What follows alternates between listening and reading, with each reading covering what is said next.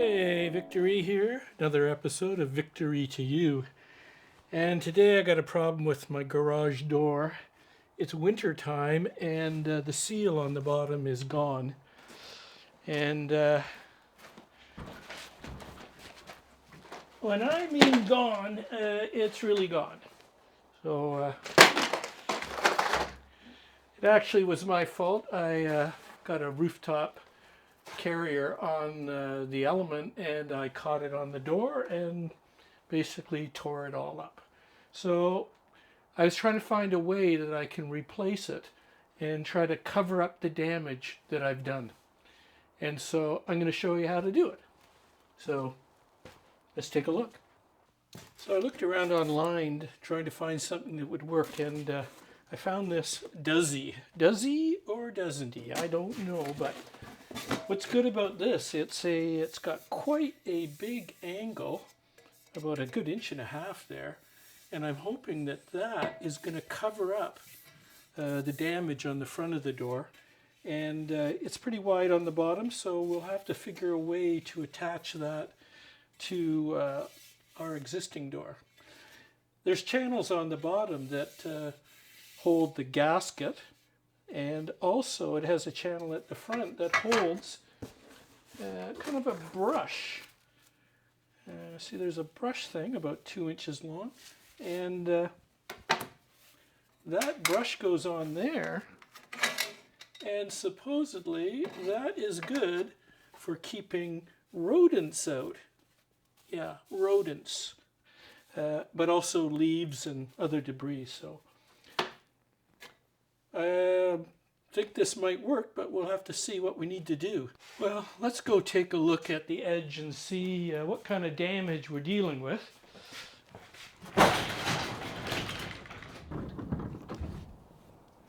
Okay, well, if we look along the edge here, you can see it's pretty banged up. Yeah, and we're going to have to figure a way to straighten that out. The other thing we have to do, as you can see, this isn't flat. So we are going to have to put something in here to attach that piece of angle to. Well, the first thing I want to do is figure a way to clamp that edge in to try to flatten it. And so something like a C-clamp would be great. Or what we could use is a ball joint tool. Now, I know you might not have one of these, but the greatest thing is that you can go to an auto supply store and get one of these for free as a loaner. And you just have to make some kind of a rig to make it clamp. So there's your clamp.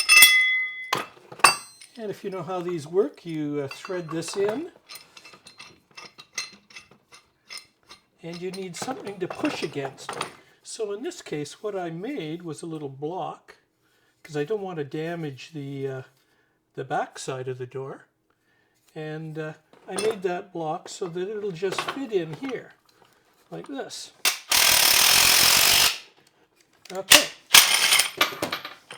Now we've got a block that we can work against. We need something to clamp on the door. So what I did was I got a piece of angle iron. Nice thick piece, you know, good 1/4 inch. And so that will press against the front edge of the door and flatten it out. One of the problems is it's kind of loose, but we can fix that by adding some blocks on the back side. And if you can see, I've made a little angle there, just so that will capture our clamp.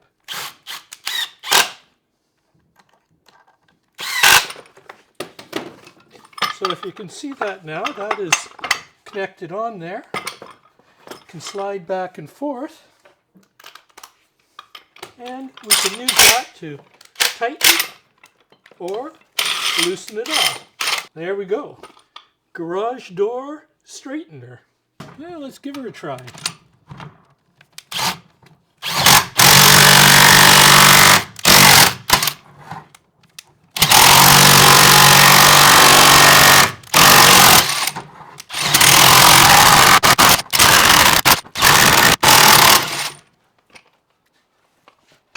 That's working great. We just got to carry on here.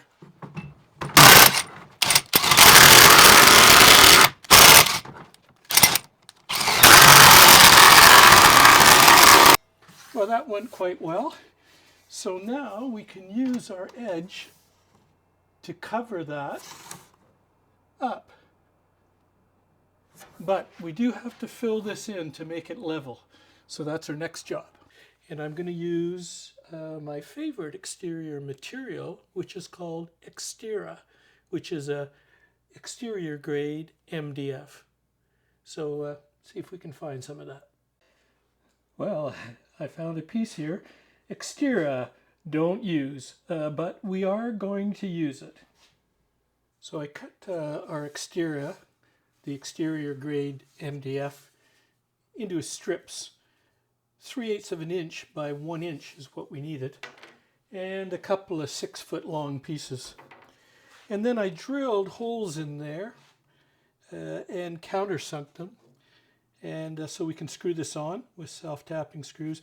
And just to make sure, we're always going to make this hole big enough that the screw does not bind on this piece. So it should slide right through like that. And then what we're going to do is we're going to use some PL and glue and screw it on there and let it cure overnight before we put the trim on. Now we got our strips, we got our screws, and we got our PL.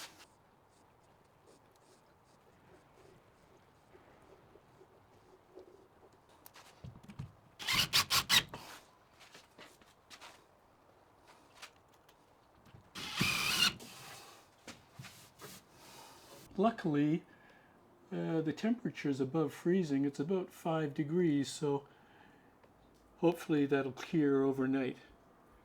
And that'll give us a base to attach our angle to.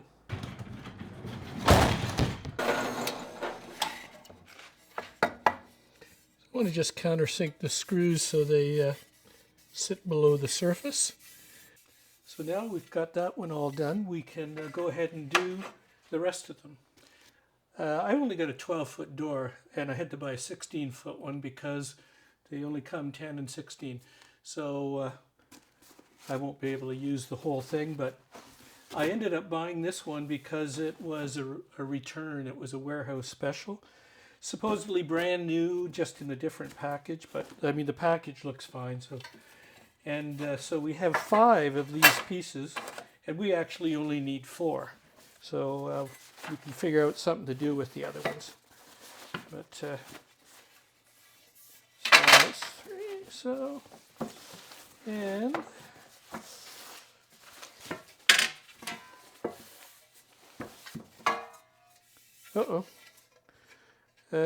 we got one that looks like it's had a piece cut out of it.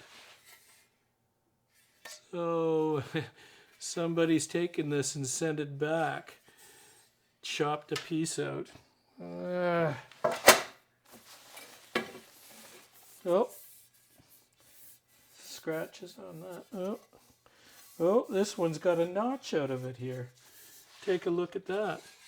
Somebody's notched it, and not very well.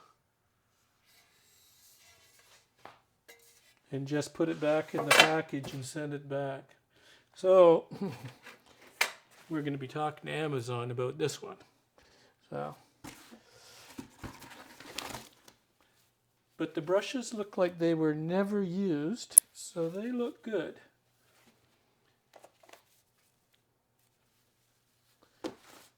All right, let's give Amazon a call. Okay, well, here's your update. I had quite a few chats with people at Amazon, and you know, they obviously said send it back, we'll send you a new one. I don't know, I don't really want a new one. This one has got enough, I can cut around this. I don't need a new one. I can make this one work. And you know, I'm trying to get this job done. And you know, you guys never even looked at this, took it back, damaged, and then tried to sell it to somebody else. So anyway, they said, okay, they'd offer me 20% off. I already got 20% off this one because it was a return. And I said, no, that's not enough. You got to do better than that. And they told me, sorry, that's as much as we can do. So, send me to the administration then.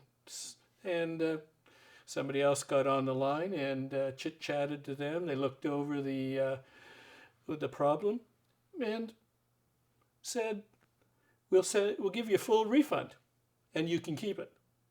And I said, I can agree to that. So anyway, we got a free one and we still have all the good material to make the job. So anyway, thanks Amazon. So you get this big rubber gasket with it, and reading the reviews on this, I see a lot of people, they're all complaining about how hard it is to get the gasket in.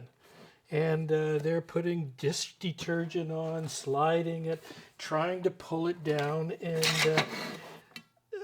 I think they're just going at it the wrong way. If you have a bicycle, you probably have these little tools, you know, for taking your tube, tire and tube out. And we're going to just use those. Or find any little plastic tool that you can use to insert it.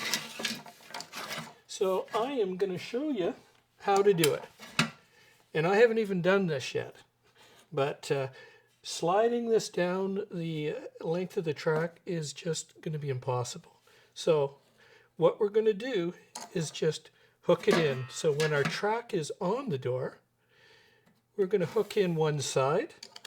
And we'll use our little tool here. Put it in the track, use your tool, push it in the track.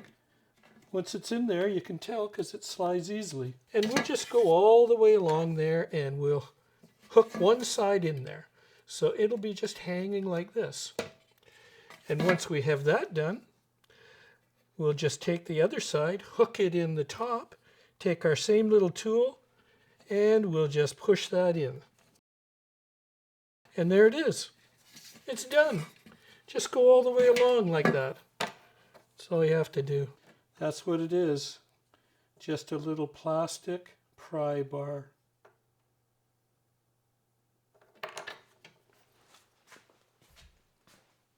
In order to straighten up this edge, I've clamped a piece of angle on there, and I'm just using a flush cut router bit to trim that.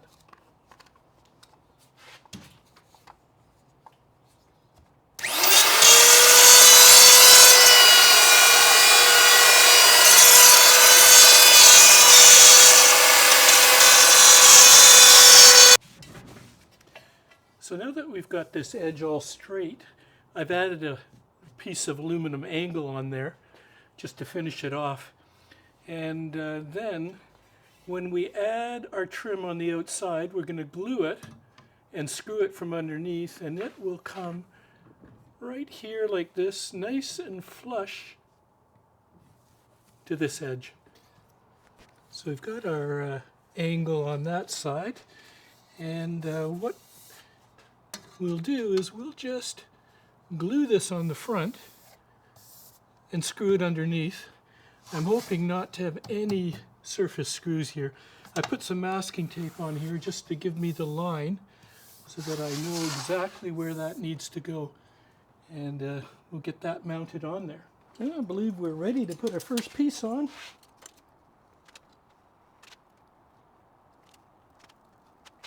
And just get it clamped into place. And now we'll add our screws.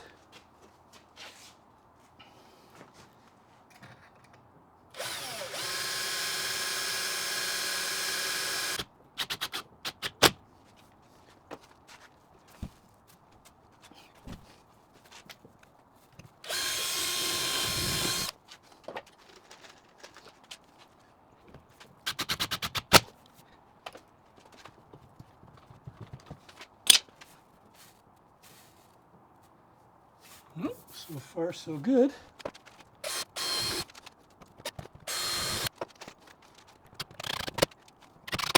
Okay. Now one thing I'm going to do is I'm going to offset this over the joint so that it locks it together, just to help to keep the joint straight.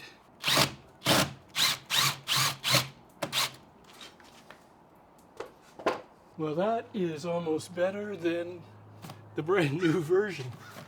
And remember, it didn't cost us a cent. All right, there it is. Looking good. Yeah, I think we can take the masking tape off.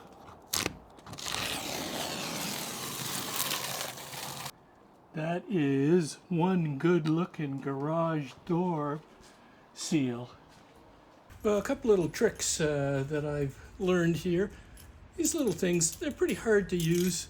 The other thing is, you need a bit of support. So put a ladder there to take the weight off this when you're hooking it in. And once you hook it in, what I've found works excellent are these little tools. Now this is for putting screens in windows, so repairing window screens. Once I have that hooked in, all I have to do is just run this along the edge like this. Too easy. Window screen tool. Well, I hope that helped you out if you had to replace yours. And this one I think is a little bit on the expensive side at about $20 a foot. So, but when you get it for free, it's a lot cheaper. Anyway, thanks for watching, and as always, victory to you with whatever you're up to. So, bye for now.